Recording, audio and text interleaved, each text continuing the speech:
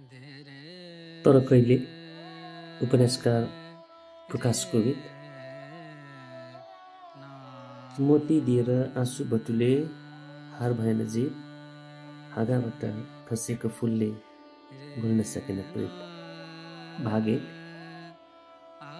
दार्जिलिङ सदर थाना अघि सखुवाको काठको खाँबोमा अङ्ग्रेजी युनियन झण्डा फरफराइरहेको छ।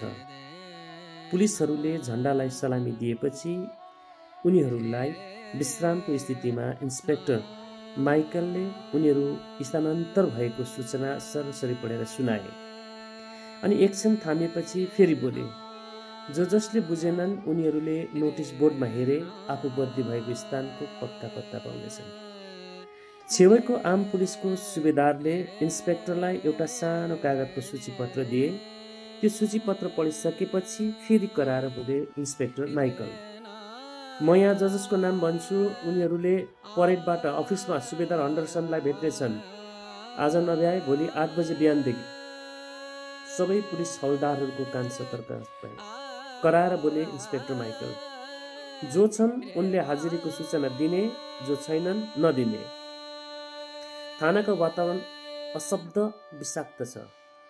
हौलदार कृपाबहादुर सुब्बा 732 एक कुनाबाट आवाज भयो, हाजिर। हौलदार वीरबहादुर मल्ल 331 बीचबाट आवाज भयो, हाजिर। लेन्स नायक बमबहादुर राई 202 पल्लो छेउबाट आवाज आयो, हाजिर। हौलदार रामप्यारे मुनिम 151 कतैबाट आवाज भएन।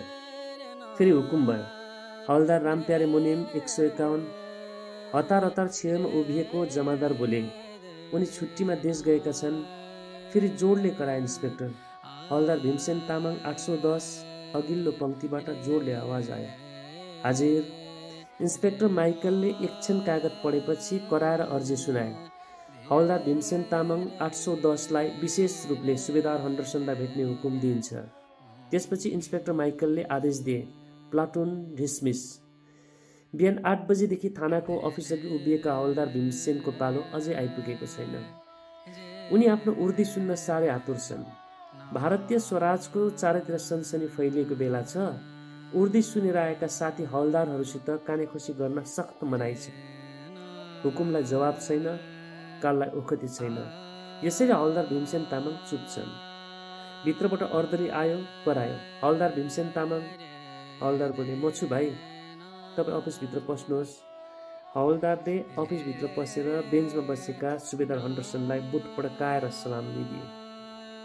निकै बुढो भइसकेका तर पनि रातो पिरो देखिने जुङ्गा स्वाट पालेका अङ्ग्रेज हन्डरसनले हौलदार भीमसेनको पैरदेखि शीर्षमा राम्ररी निरीक्षण गरे। पछि आफू केही गम्भीर भए। हौलदार अचल छ।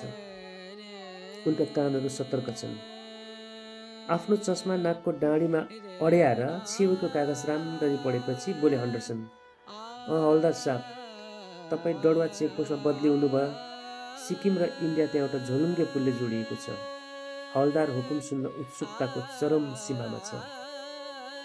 पुलिस थाना पुलको नगिचैमा छ, तर डिपार्टमेन्टले त्यहाँबाट थाना उभो विचारसम्म गरेको छ। किन हजुर? हौलदारको प्रश्न।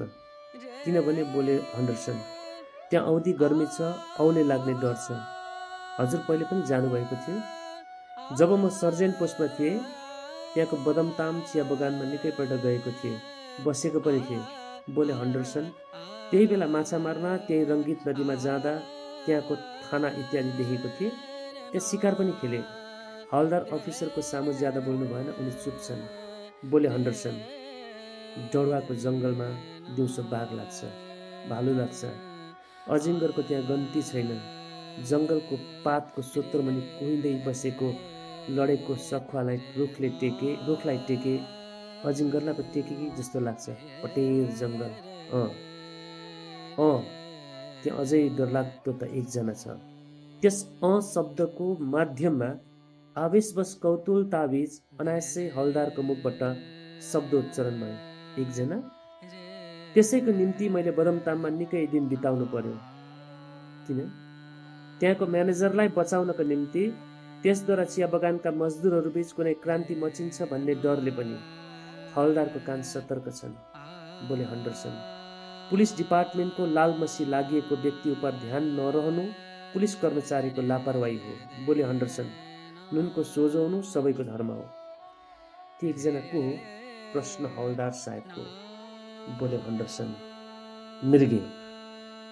त्यसपछि हवलदारले सलाम गरेर अफिसबाट प्रस्थान गरे।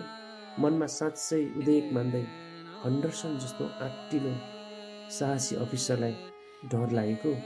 डरलाग्दो मृगे कस्तो होला।